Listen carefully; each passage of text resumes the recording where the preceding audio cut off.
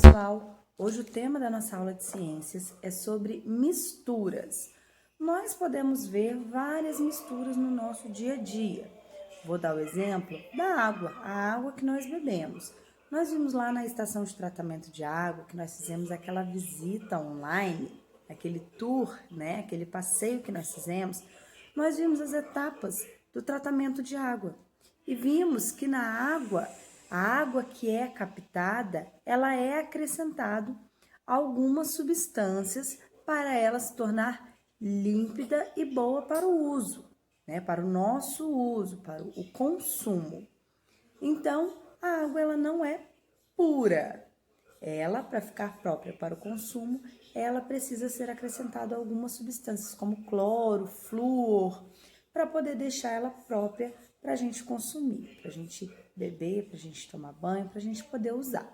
Então, a água, ela é um exemplo de mistura.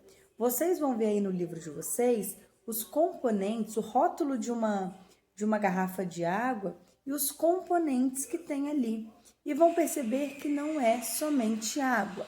Ela tem algumas outras substâncias para deixar ela límpida. Outros tipos de mistura são as misturas de bolo.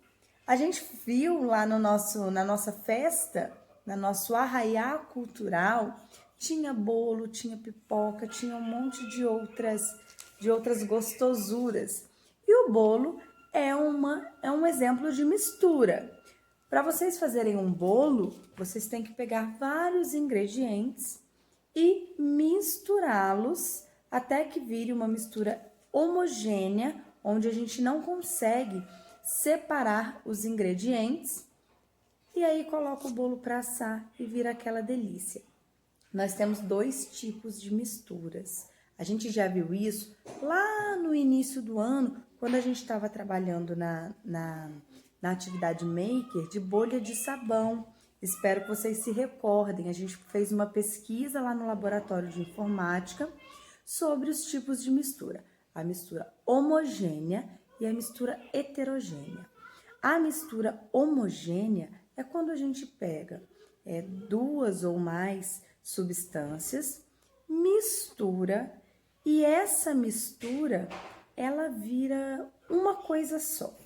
A gente não consegue perceber nessa mistura os componentes que tem nela, como na água.